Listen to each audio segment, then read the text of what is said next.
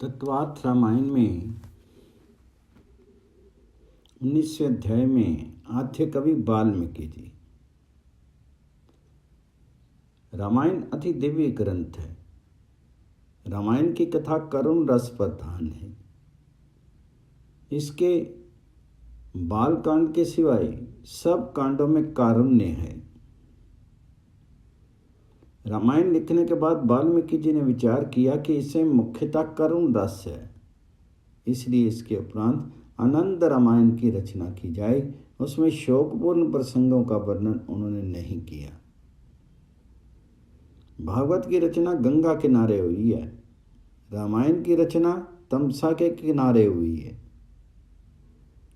रामायण आदि काव्य है। वाल्मीकि ऋषि आद्य कवि हैं। वाल्मीकि ऋषि की कथा अर्थात राम नाम की दिव्य महिमा।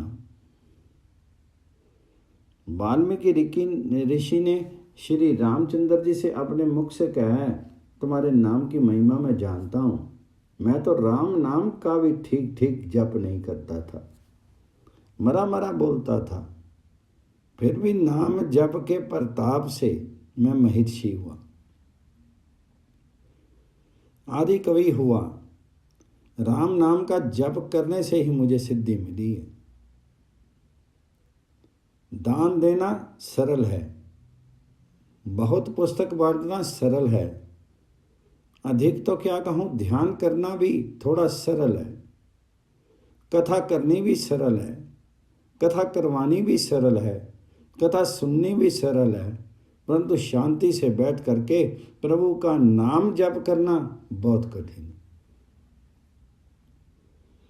मनुष्य सब कुछ कर सकता है, परंतु शांति से बैठ करके परमात्मा के नाम का जप करता नहीं। मनुष्य को अनेक जन्मों से पाप की आदत है। मनुष्य पुण्य करता है और पाप भी चालू भी ही रखता है। बहुतों को पाप छोड़ने की इच्छा होती है, परंतु छोड़ नहीं सकते, पाप छूटता नहीं। महाभारत में तो एक स्थान पर दुर्योधन ने कहा है कि मेरे अंदर कोई बैठा है, वही पाप कराता है। ये कौन है इसकी मुझे खबर नहीं पड़ी। दुर्योधन क्या अधिक मूर्ख था? वह जानता था कि मैं पाप करता हूँ, मैं पांडवों के साथ बहुत अन्याय करता हूँ, फिर भी वह पाप छोड़ नहीं सकता। जनामि धर्म न च मैं प्रवृत्ति, जानम धर्म न च मैं निर्वृति, केनपि दिवेन हृदय स्थितेन यथा नियुक्तो अस्मि तथा करोमि। दुर्योधन कहता है कि धर्म को मैं जानता हूं, परंतु धर्म के अनुकूल पवित्र जीवन व्यतीत करना मेरे लिए संभव नहीं है। मैं अधर्म को पहचानता हूं, परंतु मैं पाप छोड़ सकता नहीं। मेरे अंदर कोई बैठा है, वही ये सब कराता है। भगवान पाप कराता है। महाभारत के टीकाकारक को इस श्लोक का अर्थ करने में बहुत कष्ट होता है। मेरे अंदर कोई देव बैठा है, वह पाप पुण्य कराता है। इसी प्रकार दुर्योधन बोला है। क्या उसका ऐसा अर्थ है कि परमात्मा पाप पुण्य कराता है? परमात्मा सत्कर्म कराते हैं, पुण्य कराते हैं, प्रभु पाप करवाते नहीं। मेरे हाथ से जो अच्छा काम हुआ वह प्रभु जी ने कराया, और जो खराब काम हुआ वह मैंने किया। ऐसा सदा मानना चाहिए। परमात्मा को खराब काम करने की प्रेरणा देते ही नहीं है। टीकाकार ने इसका अर्थ किया है कि अंदर रहने वाला कोई देव पाप कराता है, अथवा मानव में आरूढ़ हुए अनेक जन्मों के संस्कार पाप कराते हैं। पाप के संस्कार एक दो जन्म के नहीं, अनेक जन्मों के हैं। पाप के ये संस्कार मनुष्य की इच्छा ना होते हुए भी पाप कराते हैं। प्रभु के नाम का खूब जप करोगे तो पाप के संस्कार छूट जाएंगे। जप बिना जीवन सुधरता नहीं। अतिशय जप किए बिना पाप की आदत छूटती नहीं। स्वभाव सुधरना बहुत कठिन है। तीर्थस्थान करने से अथवा विष्णु यज्ञ करने से स्वभाव सुधरता नहीं। स्वभाव सुधरता है परमात्मा के ध्यान जप से। स्नान से शीर की शुद्धि होती है, दान से धन की शुद्धि होती है, परमात्मा के ध्यान जप से मन की शुद्धि होती है।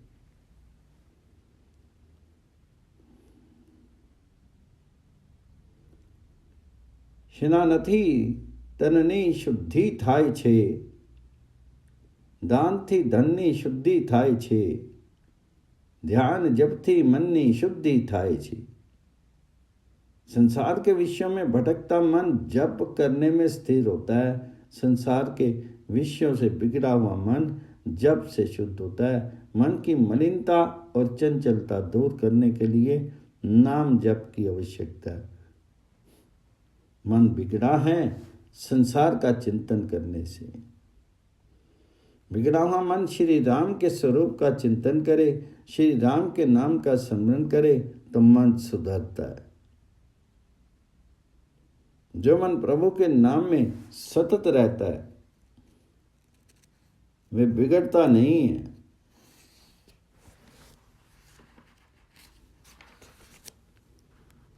जप बिना पाप वासना छूटती नहीं है। पुराने संस्कारों को नष्ट करने का साधन जप है। मन स्थिर होता नहीं है, इसलिए मैं जप करता नहीं, ये अज्ञान है।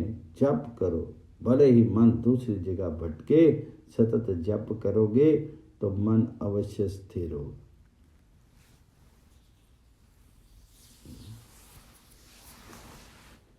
मन पानी की तरह है। पानी जिस तरह नीचे की तरफ बहता है, उसी प्रकार मन भी संसार के विषयों में फंस करके पतन के मार्ग में जाता है। यंत्र का संग मिलने पर जल ऊंचा चढ़ता है, उसी प्रकार मन को नाम जप का संग मिले तो वह उधरगामी बनता है, प्रभु के चरणों में पहुंचता है।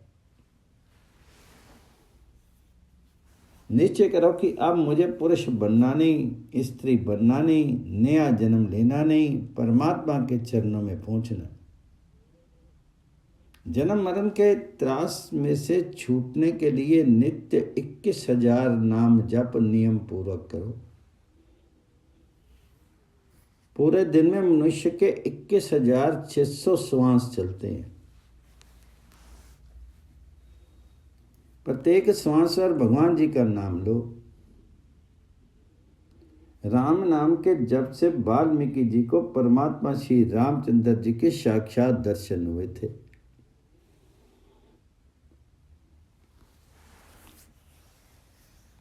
पूर्व आश्रम में वाल्मीकि जी कुसंग से बिगड़े थे। ब्राह्मण होने पर भी ये अनेक जीवों की हिंसा करते थे। हिंसा करके कुटुंब का भरण पोषण करते थे। एक बार सप्तऋषि जंगल में से जा रहे थे। वाल्मीकि जी की उनके ऊपर नजर पड़ी। साथियों की आज्ञा दी कि इनको पकड़ो। सप्तऋषियों ने वाल्मीकि जी से कहा, भाई तू ब्राह्मण है और ऐसा पाप करता है। वाल्मीकि जी ने कहा, पाप नहीं करूं तो अपने कुटुंब का पोषण किस प्रकार करूं? घर के लोग भूखे हैं, इसलिए पाप करके ही कुटुंब को खिलाता हूं। सप्तऋषियों ने कहा, हमारे पास जो कुछ है सब हम तुमको देने को तैयार हैं। तुमको लूटने की जरूरत नहीं है। हम तो एक बार घर जाकर के पूछा कि जिनके लिए तू पाप करता है वे सब लोग क्या तेरे पाप पे भागीदार बनने को तैयार हैं? वाल्मीकि ने कहा, महाराज मैं सबको खिलाता हूं, इसलिए मेरे पाप में तो इनका भाग रहेगा ही। तो सप्तऋषियों ने कहा, तो पूछ तो सही, हम यहीं खड़े हैं, पूछ कर आ जा। वाल्मीकि जी घर गए। पत्नी से, माता पिता से, सबसे पूछा, मैं पाप से पैसा कमा करके तुमको खिलाता हूं, इसलिए मेरे पाप में भागीदार होना। सब ने मनाही कर दी।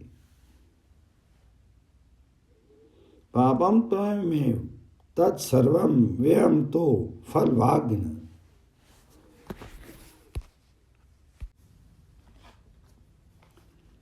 पाप तो सब पाप करने वाले के ही माथे होता है। स्वयं का किया हुआ स्वयं को ही भोगना पड़ता है। अरे सुख में सभी साथ देते हैं, सजा में कोई साथ देता नहीं। अंतकाल में जीव अकेला ही जाता है। वाल्मीकि को बहुत पश्चाताप हुआ और वे सप्तऋषियों की शरण में गए। सप्तऋषियों ने विचार किया कि इससे अब क्या कहा जाए। इसके लिए राम नाम का जाप ही उत्तम है। ऋषि ने वाल्मीकि से कहा, तू राम नाम का जप कर। वाल्मीकि ने पूछा, कब तक जप करना है? तो ऋषियों ने कहा, शीर के ऊपर दीमक प्रकट हो तब तक। वाल्मीकि जी राम नाम का जप करने बैठे, परंतु अतिशय पाप किया था, इससे राम नाम मुख से निकलता नहीं। इस जगह से बहुत पाप हुआ। इस कारण से इस जीव से नाम जप होता नहीं।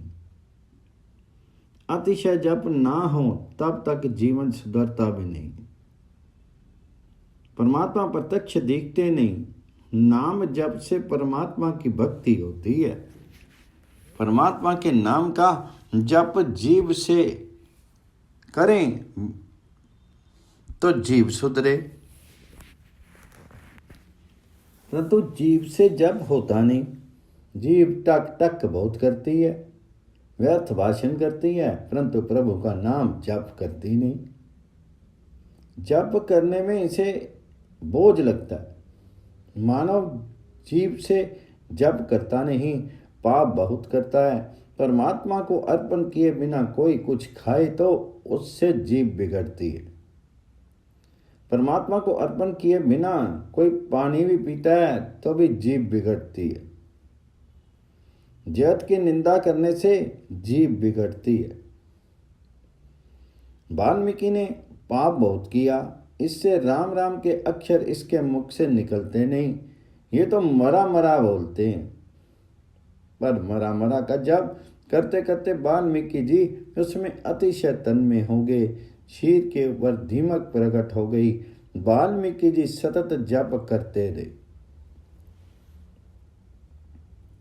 श्री नाम में ऐसी शक्ति है कि वह प्रारब्ध का नाश करती है। वेदांत के ग्रंथों में ऐसा लिखा है कि ज्ञान प्राप्त हो जाए, परमात्मा का दर्शन हो जाए तो भी ज्ञानी पुरुषों को प्रारब्ध भोगना ही पड़ता। प्रारब्धम बलवतरम खलु विदाम भोगेन तस्य श।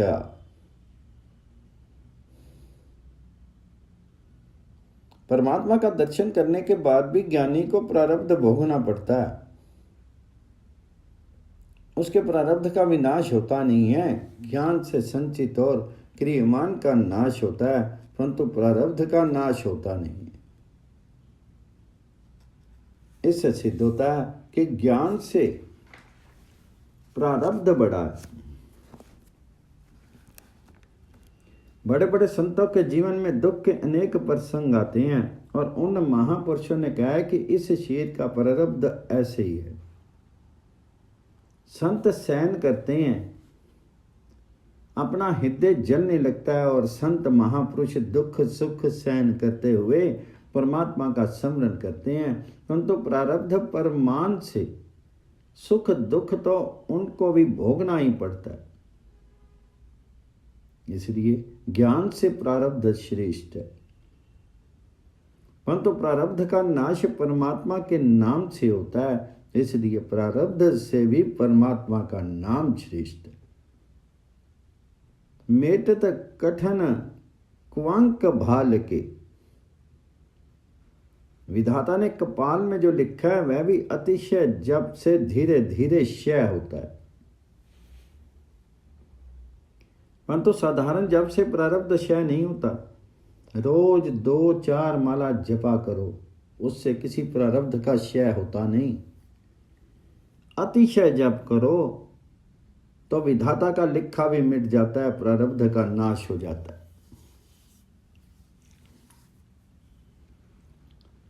प्राय अन्न का त्याग, जहां तक बने किसी का खाएं नहीं, और ब्रह्मचर्य का पालन, इन दो नियमों के साथ प्रभु का नाम जप करो तो संख्या के अनुसार उसका फल प्राप्त होता है। रामदास स्वामी ने दास बोध में लिखा है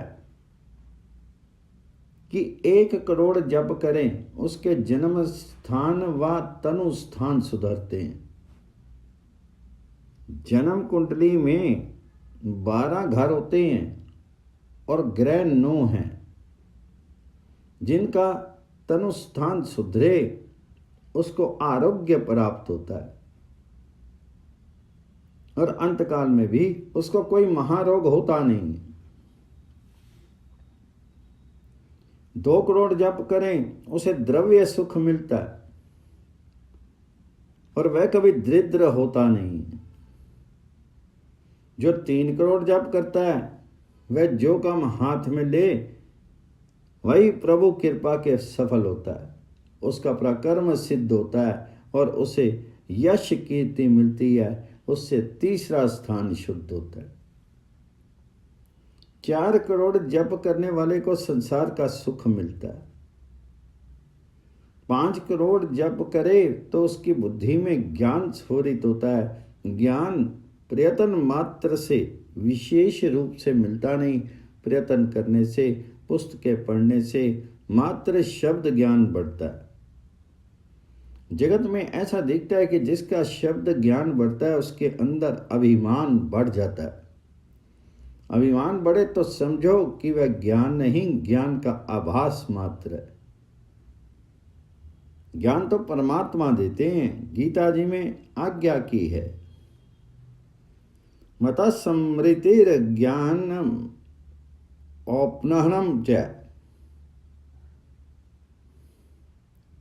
अर्जुन ने जब बहुत तर्क की बातें की तो प्रभु ने कहा, अर्जुन ये तर्क की बात छोड़ दो, ज्ञान मैं देता हूं, ये मेरी कृपा से मिलता है। प्रभु की कृपा प्रभु के नाम जप से प्राप्त होती है। संतों का चरित्र पढ़ोगे तो ज्ञात होगा कि वे किसी के घर पढ़ने नहीं गए थे। ब्रज भक्तों को ज्ञान किसने दिया था? मीराबाई और नरसिंह मेहता किसके घर वेदांत पढ़ने गए थे? पंडित तो पुस्तक पढ़ करके बोलते हैं, और संत महात्मा संत परमात्मा का दर्शन करते करते बोलते हैं। पंडित तो पुस्तक के पीछे पड़ा हुआ है, परंतु जो परमात्मा के पीछे पड़ा है उसे सच्चा ज्ञान प्राप्त होता है। सच्चा ज्ञान परमात्मा के नाम जप से मिलता है। जिसने प्रभु का नाम 6 करोड़ जप किया है, उसके अंदर के शत्रु धीरे धीरे मरते हैं। शत्रु बाहर कोई नहीं, शत्रु तो अंदर बैठा है। मेरा शत्रु जगत में नहीं, मेरा शत्रु मेरे मन में है। मन में रहने वाला काम शत्रु है, मन में रहने वाला अभिमान शत्रु है, मन में रहने वाले राग द्वेष ये शत्रु हैं। 7 करोड़ जप करने वाले का 7वां स्थान सुधरता है। वह स्त्री हो तो इनका सौभाग्य अखंड रहता है, और यदि पुरुष हो तो उसे 7वें स्थान में स्त्री सुख अतिशय मिलता है।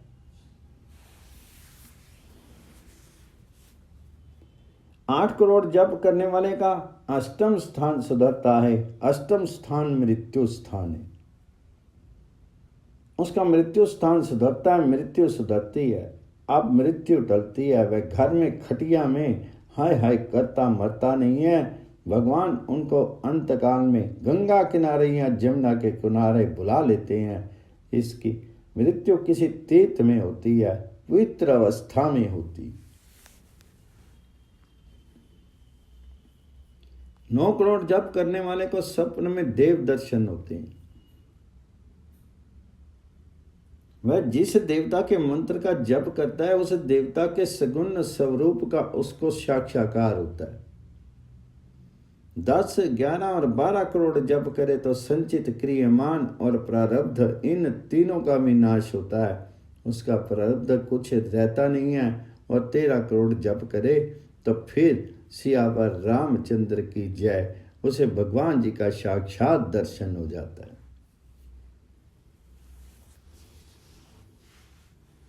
अप्रोक्ष अनुभूति होती है। 13 करोड़ जप करना अर्थात परमात्मा के चरणों में जाना।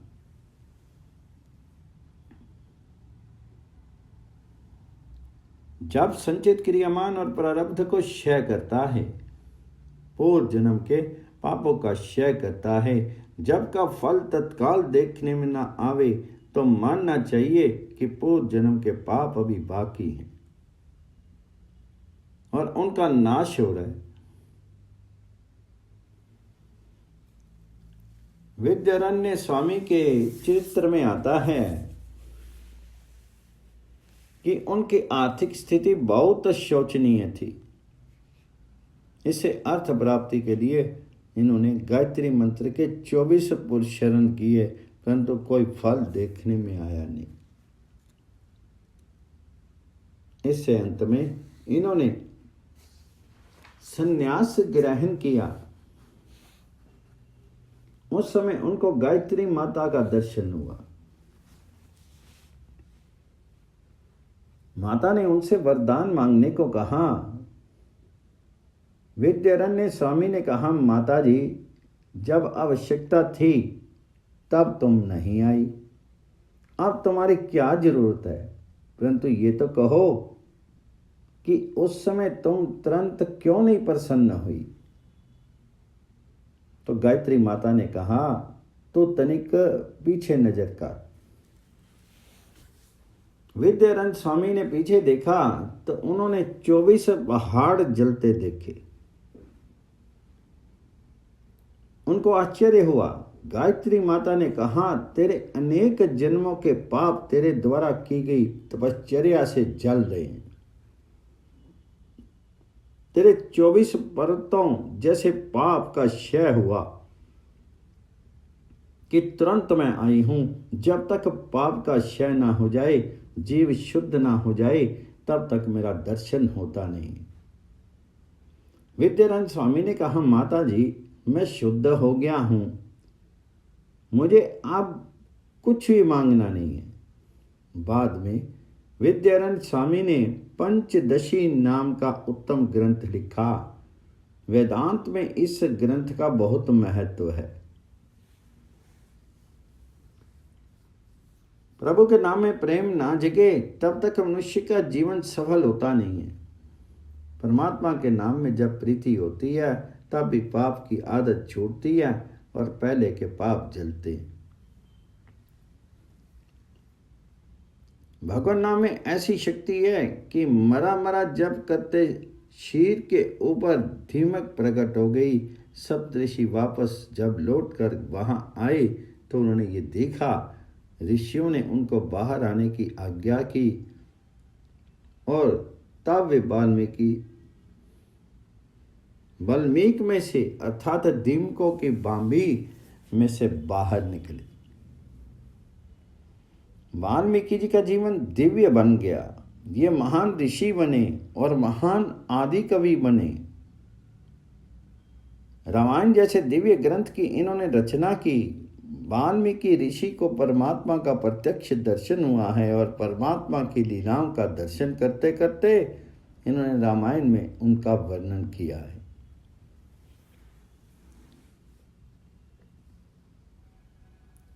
भागवत जिस तरह समाधि भाषा का ग्रंथ है, उसी प्रकार रामायण भी समाधि भाषा का ग्रंथ है। रामायण में श्री राम सदैव धनुष बाण सजा हुआ रखते हैं। धनुष बाण रहित राम जी का दर्शन किसी स्थान पर नहीं है। वन में रहते हो अथवा राजासन के ऊपर बैठे हो, श्री राम जी के पास धनुष बाण तो होता ही है। उपनिषद में लिखा है, प्रणवो ही धनु। धनुष को प्रणव की अर्थात ओमकार की उपमा दी। ओमकार अर्थात ज्ञान। धनुष ज्ञान का स्वरूप है, बाण विवेक का स्वरूप है। ज्ञान धनुष है, विवेक बाण है। ज्ञान धनुष को विवेक बाण से हमेशा सज्जित रखो। काम राक्षस किस समय विघन करने आवे ये कहा नहीं जा सकता। काम क्रोध अग्नि और वासना रूपी ताड़ का शूर्पणखा आदि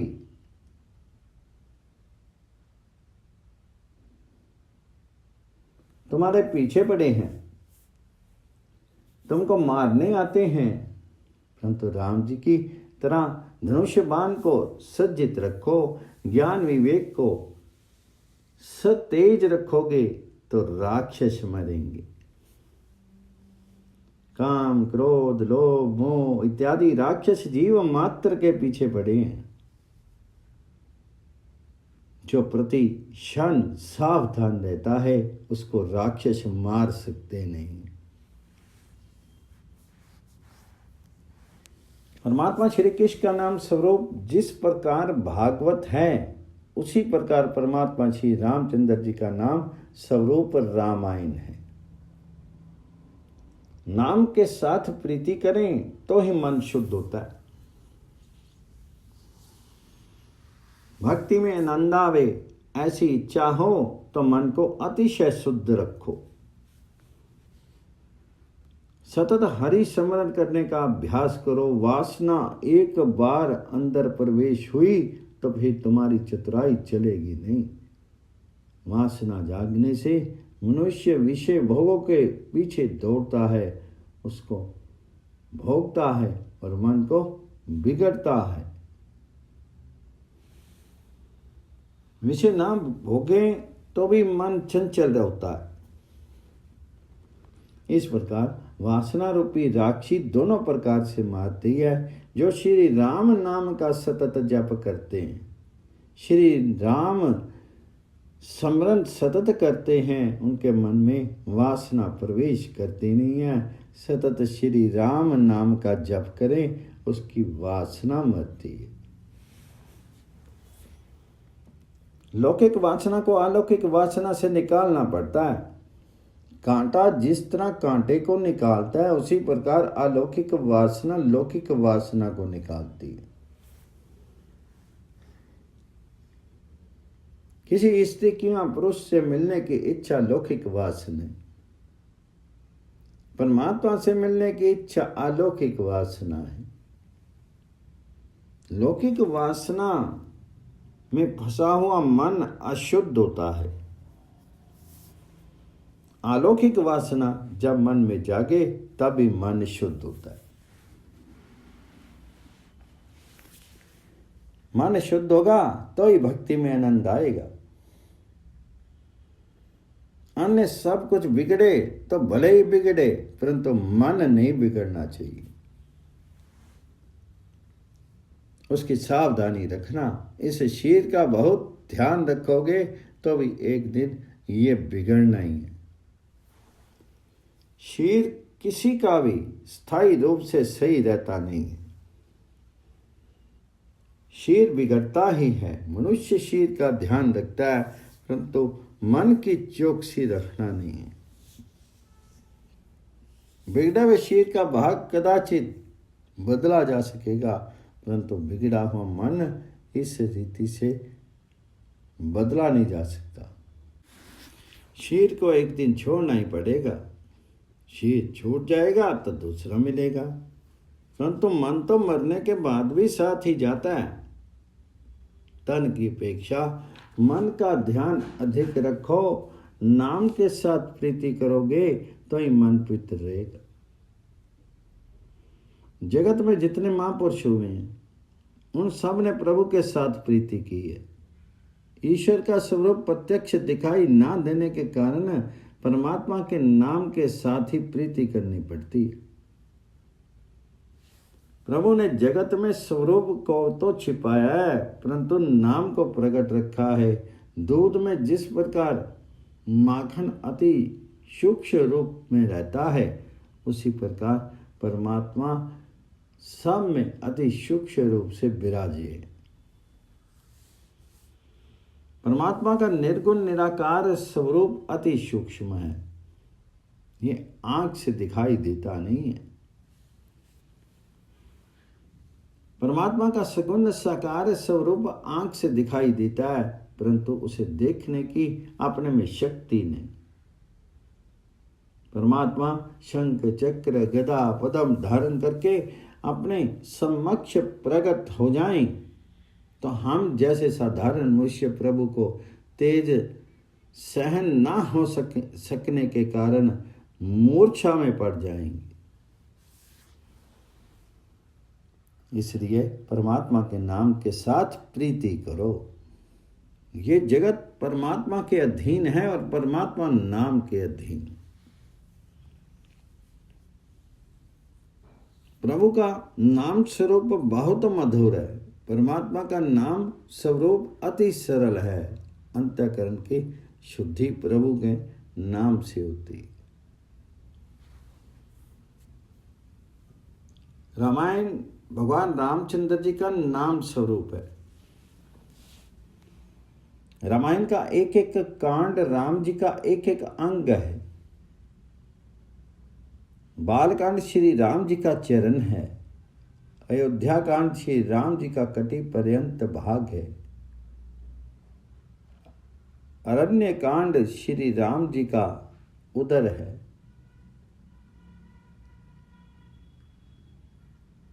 किष्किंधा कांड श्री राम जी का हृदय है। ये सुंदर कांड श्री राम का कंठ है। लंका कांड श्री राम का मुख है और उत्तर कांड श्री राम जी का मस्तक है। जय श्री राम जी।